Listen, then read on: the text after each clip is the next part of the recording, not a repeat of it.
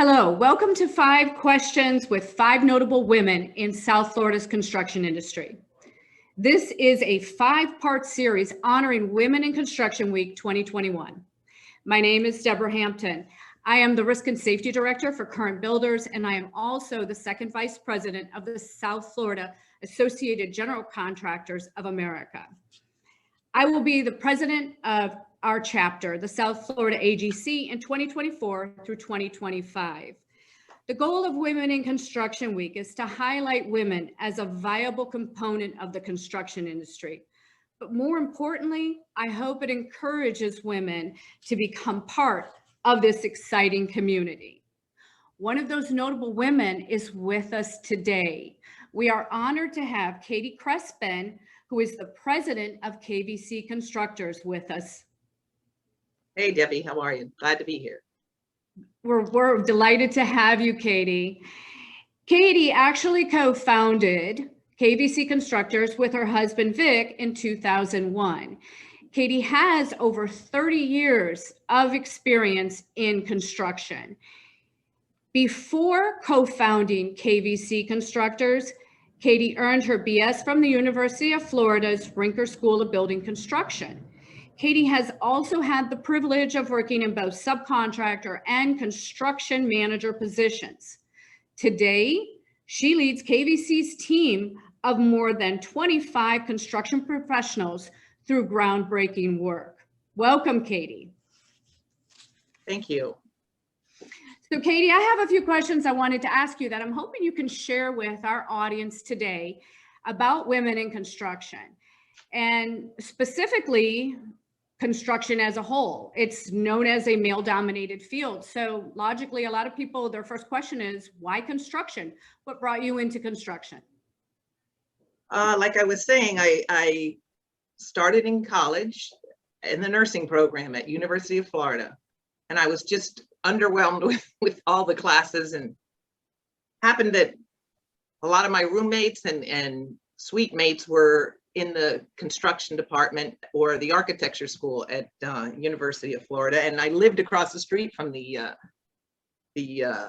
architecture school. So I actually wandered in there one day, and there was an old guidance counselor by the name of Lois Johnson, who was more than willing to take me in his office and give me the whole spiel about why it's great to have women in construction. And before I knew it, I was signed up for Materials 101, and I never looked back. I was one of 3 women in the class, and here I am today. And the rest is history. Well, I'm sure the construction industry was very happy that you made that decision. As a woman in construction, it's definitely more challenging than probably being a man, and I'm sure you've had to overcome certain challenges. What would some of those challenges be that has brought you to this point in your career? I think that the fact that a woman in construction it's the fact of legitimacy, to show that you have the knowledge and the wherewithal to be able to stick with the guys. You don't have to hammer a nail, but you got to know what your job is. You got to be prepared, deliver on your obligations, and once you can show that it doesn't matter if you have a pants or a skirt on, you can get the job done. It works, and people are out for good quality employees, and in construction we have a shortage of that.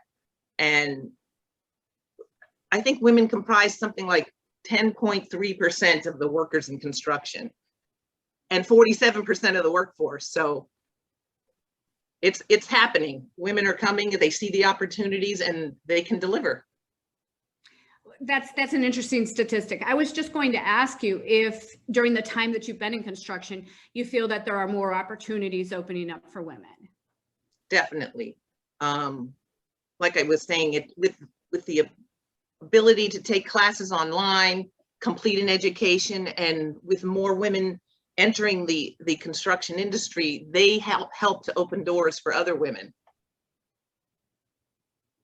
There's a lot of opportunity. there's such a shortage of talented workforce that you can't lock out half the workforce and be able to get the work done. So women can deliver, and they have shown it. We have about a third of our workers here at KVC Constructors are women in our estimating department, our project managers, and even a superintendent. Excellent. So that means that you've had a lot of opportunity to mentor women. Can you tell us a little bit about that? My best experience is helping women is by hiring them. And we've found that, especially in estimating and project management, where people need the skills of communication and teamwork,